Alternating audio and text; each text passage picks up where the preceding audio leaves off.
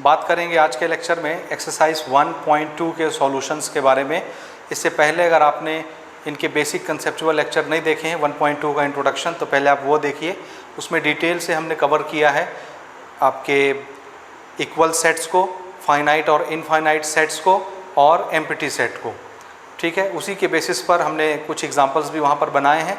तो अगर आपने वो लेक्चर देख लिया तो ये बिना इस वीडियो की हेल्प के आप बना सकते हो, और अगर आपने देख लिया है और यहाँ से भी देख के बनाना चाहते हो तो चलिए शुरू करते हैं। पहला क्वेश्चन लेते हैं एक्सरसाइज 1.2 का। Which of the following are example of null set. Null set, null set empty set को ही बोलते हैं। 3 नाम बेसिकली हम लोग यूज़ करते हैं, मैं वहाँ बताना भूल गया था। नल सेट भी आप बोल सकते हो, वॉइड सेट भी बोलते हैं। वॉइड मतलब भी एम्प्टी होता है, आप लोग केमिस्ट्री में पढ़ोगे क्लास 12th में, पहले चैप्टर में आएगा void, octahedral void, tetrahedral void. ठीक है, तो नल सेट, वॉइड सेट या एम्प्टी सेट,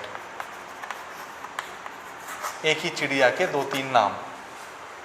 तो एम्प्टी सेट के बारे में बेसिकली बात हो रही है। तो इसमें से हमको पहचानना है कि कौन कौन से सेट यहाँ पर एम्प्टी सेट हैं। ठीक है जी, चलिए शुरू करते हैं। पहला क्वेश्चन है set of odd natural number. अब ऑड नेचुरल नंबर तो जानते ही हो क्या होता है, 1, 3, 5, 7, समझ रहे हैं, विच इज़ डिविजिबल बाय 2।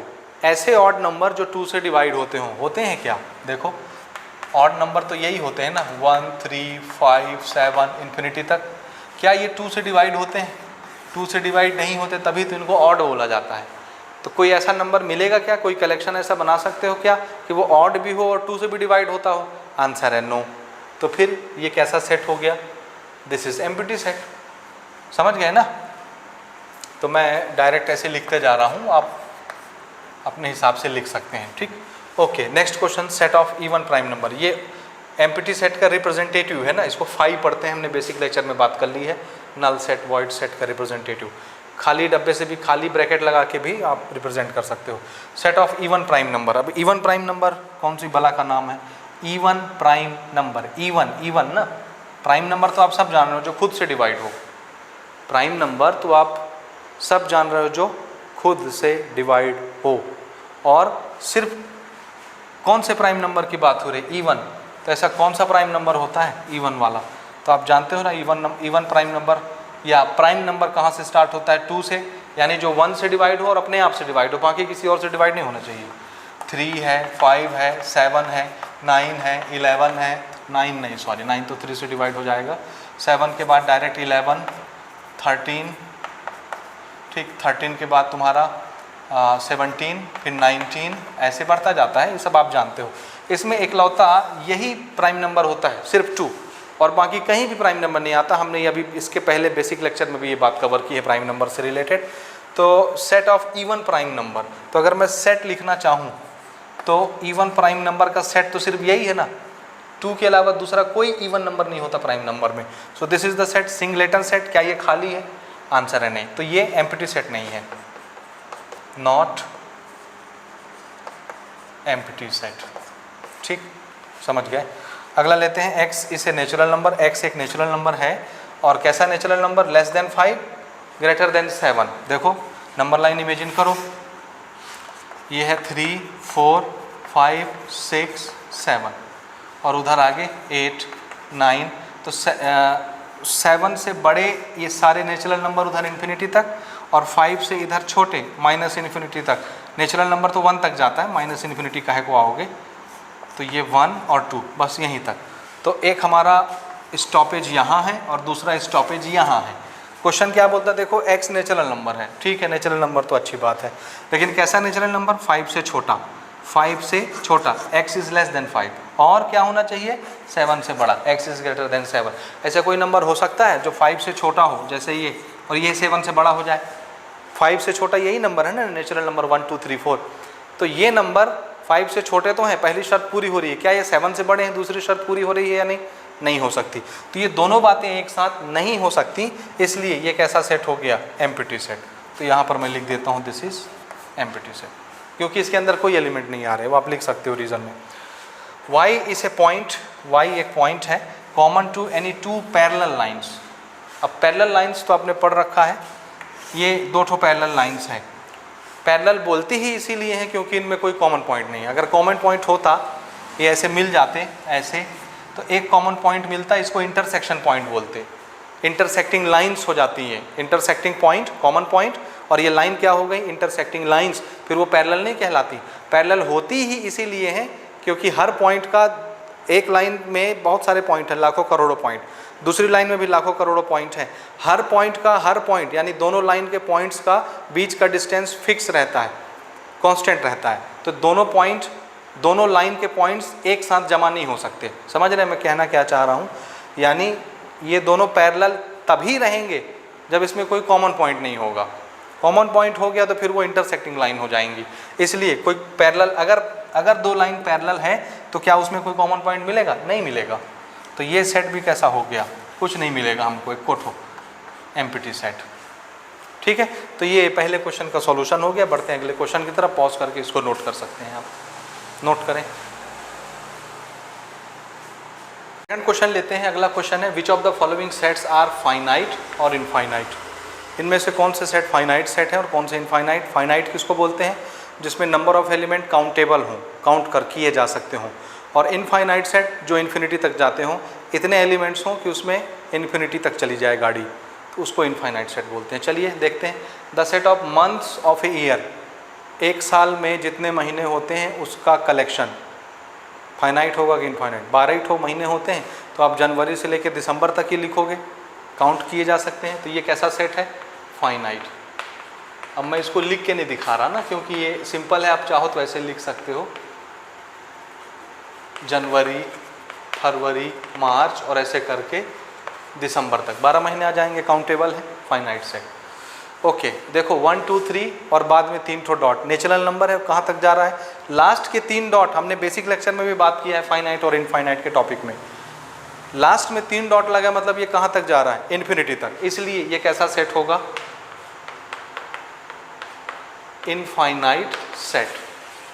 समझ गए?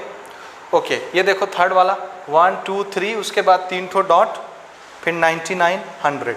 इस पर भी हमने बात किया है, यही एग्जाम्पल लेके बेसिक लेक्चर में, कि ये अगर बीच में आया इसका मतलब क्या है? ये कंटिन्यूटी में है अभी, ठीक, और ये यहाँ पर आके ख़त्म हो गया, इसके आगे ये सेट नहीं जा रहा, ये एलिमेंट आगे नहीं बढ़ रहा, मतलब ये कैसा सेट है? इसमें सिर्फ 100 गिनती है, बीच में इतने सारे नंबर हम नहीं लिखना चाहते थे, इसलिए यहाँ कंटिन्यूएशन के लिए डॉट लगा देते हैं कि 3 के आगे जैसे 1 2 3 1 1 ऐड होते जा रहा है, तो आगे 3 डॉट लगा दिए, मतलब 1 1 ऐड करते जाओ, नेचुरल नंबर है। 3 के बाद 4 5 6 7 8 9 10 है, कहाँ तक? 99 और 100 तक। तो ये सिर्फ 100 इसमें एलिमेंट है, काउंटेबल है, इसलिए कैसा सेट है? ये फाइनाइट, फाइनाइट सेट। समझ गए? अगला देखो, the set of positive integer. Positive, negative की बात नहीं हो रही, इंटीजर्स तो निगेटिव भी होते हैं, 0 भी होता है, पॉजिटिव नंबर भी होते हैं। ग्रेटर देन 100, 100 से बड़े सारे पॉजिटिव इंटीजर। कहाँ तक लिख सकते हो भैया पॉजिटिव नंबर? 100 से बड़े, इन्फिनिटी तक। समझ रहे हैं ना? 101 102 103 104 अप टू इन्फिनिटी। तो ये भी कैसा सेट हो गया? इनफाइनाइट। उम्मीद है समझ गए होगे। लास्ट वाला देखो, the set of prime number less than 99। Prime number 2-3 बार हो गया कहते, जो सिर्फ अपने आप से डिवाइड होते हैं। देखो मैं बार बार बोलता हूँ, 1 का जिक्र मैं नहीं करता, क्योंकि 1 एक ऐसा नंबर है जिससे सारे नंबर डिवाइड हो जाते हैं। तो मैं सिर्फ प्राइम नंबर का डेफिनेशन यही बताता हूँ कि जो सिर्फ अपने आप से डिवाइड होता है। तो ऐसे नंबर लेस देन 99, 99 से छोटे, 2 से स्टार्ट होते हैं, 2 3 5 7 11 13 और ऐसे करते करते 99 से छोटे चाहिए। तो 99 तो प्राइम नंबर नहीं है, 3 से डिवाइड हो जाएगा, 98 2 से हो जाएगा, 97 ये, और यहाँ इतने सारे डॉट नहीं लगाएंगे हम, सिर्फ 3 ठो डॉट लगाएंगे ये, और इसके बाद भी डॉट, 3 ठो डॉट लगाए और इसके बाद भी कॉमा लगा देंगे। ठीक, कॉमा थोड़ा बढ़िया से लगाना, मैं थोड़ा ज़्यादा ही बड़ा बड़ा लगा दे रहा हूँ। ये इस तरह का सेट बनेगा। ठीक, 99 से छोटे की बात हो रही है ना, प्राइम नंबर तो इन्फिनिट नंबर होते हैं, लेकिन उन्होंने शर्त क्या लगा दी? 99 से कम होना चाहिए। तो इतने ही होते हैं। देखो बीच में 3 ठो डॉट लगा है, और अभी हमने एक्सप्लेन किया ये बीच में डॉट होता है तो क्या मतलब होता है। तो ये भी कैसा नंबर हो गया? फाइनाइट। तो ये सेट भी कैसा हो गया? Finite set. तो इसको नोट करो पॉज करके, बढ़ते हैं तीसरे क्वेश्चन की तरफ, बढ़िया से नोट करिए।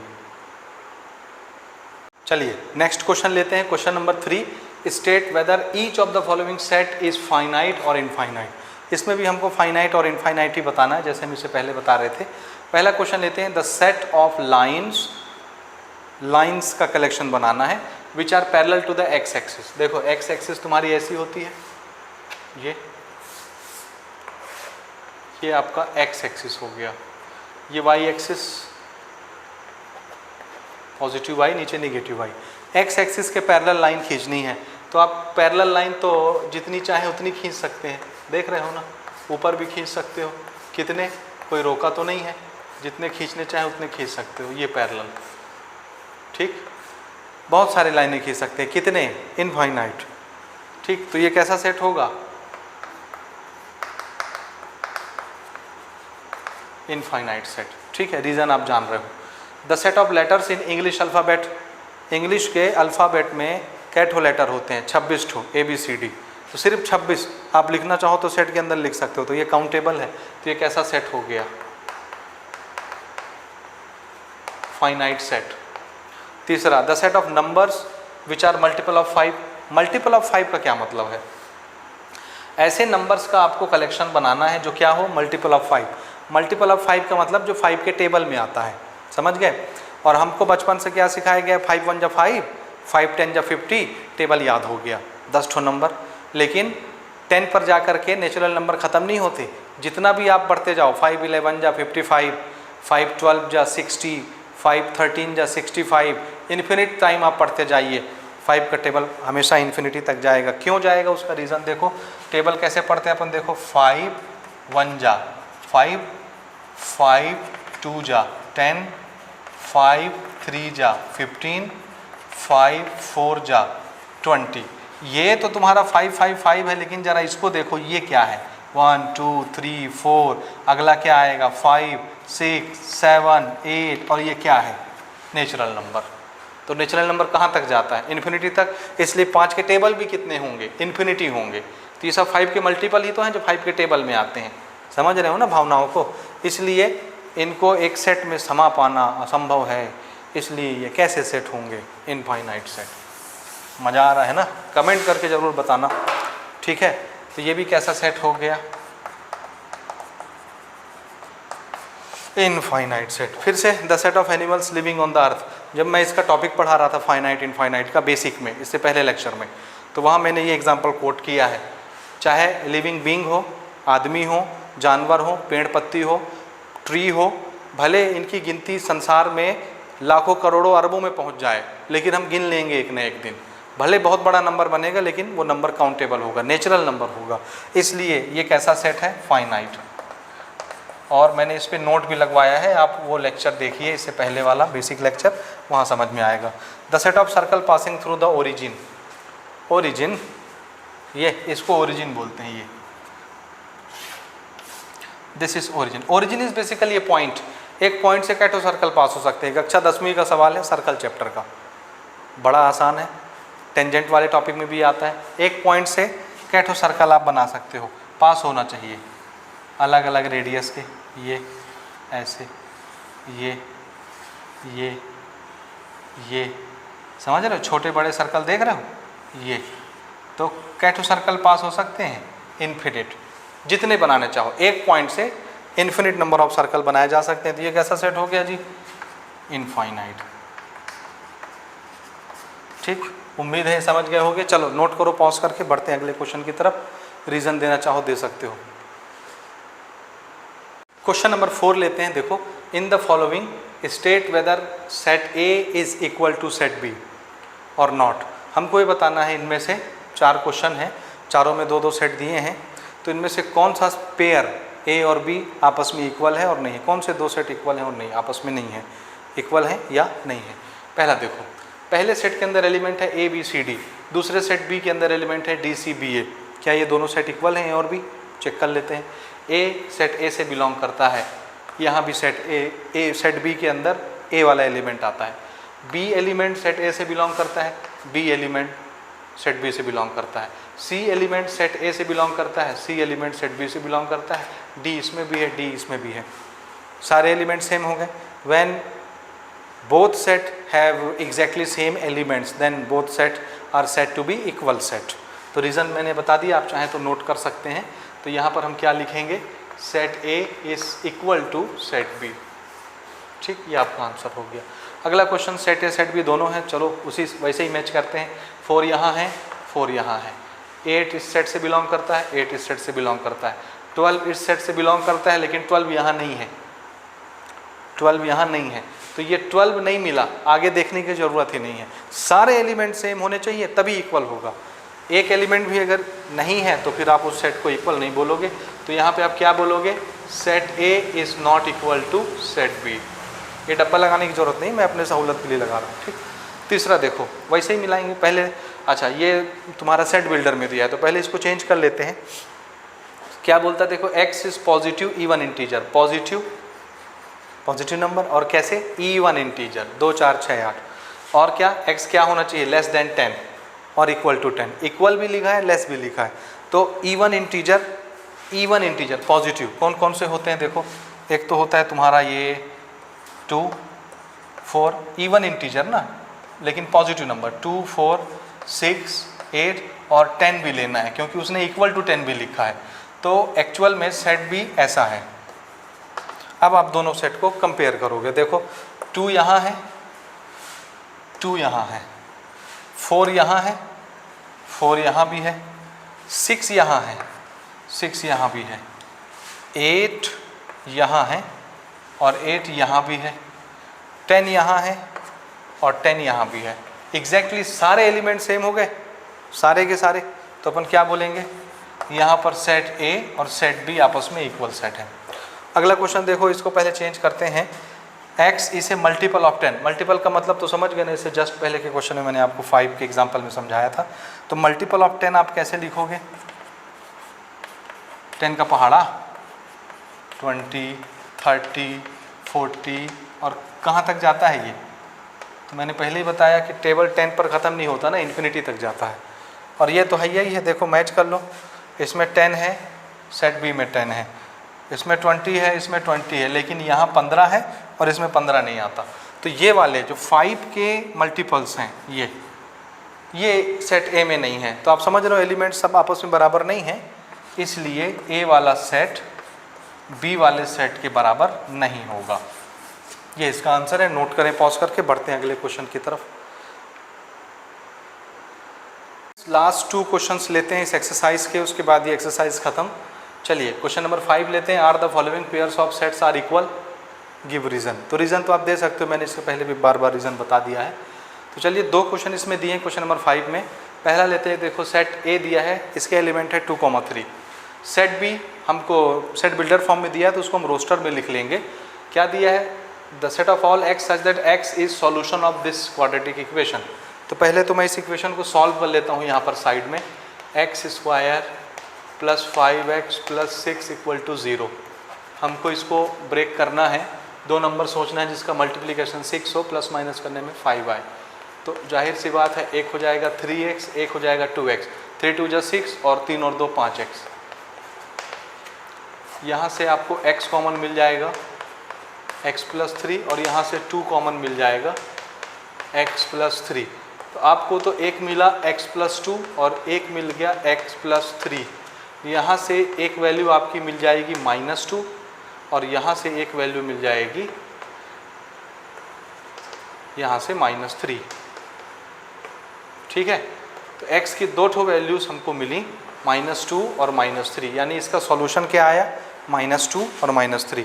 मैं इसको रोस्टर फॉर्म में लिख देता हूँ यहाँ पर नीचे, सेट बी, ये इसका सेट बिल्डर है, इसका रोस्टर फॉर्म क्या आएगा, ये -2 -3।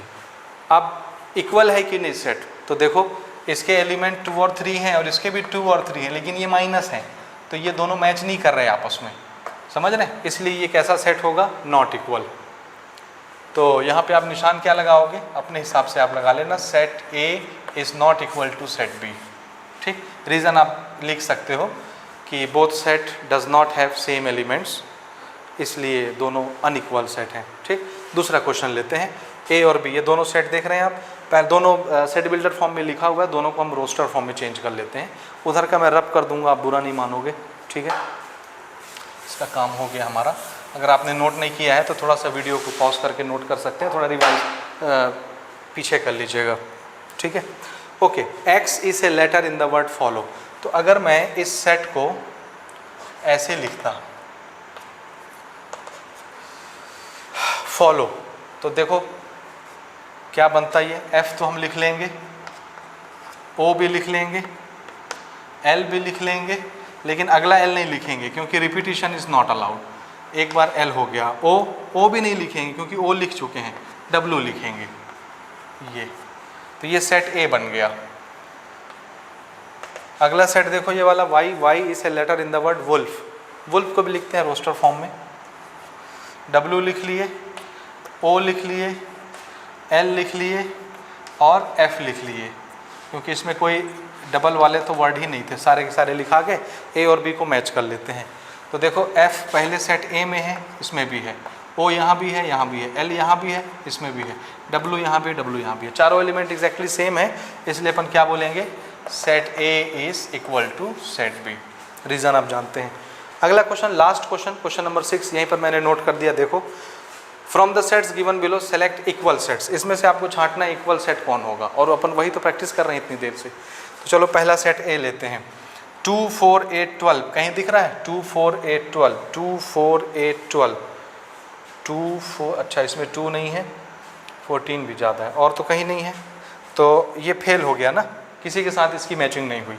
बी वाले को देखो, 1 2 3 4, देखो कहीं 1 2 3 4 है, 1 2 3 4, देखो 1 2 3 4, इसमें शायद मिल जाए, देखो 1 यहाँ है, इसमें भी 1 है, इसमें 2 है, इसमें भी 2 है, इसमें 3 है, इसमें भी 3 है, और इसमें 4 है, इसमें भी 4 है। समझ आया? एग्जैक्टली सेम एलिमेंट्स हैं सेट बी और सेट डी में, इसलिए हम यहाँ पे क्या लिखेंगे, set B is equal to set D. Reason आप जानते हो, रीज़न आप लिख सकते हो, पहले मैं लिखा चुका हूँ।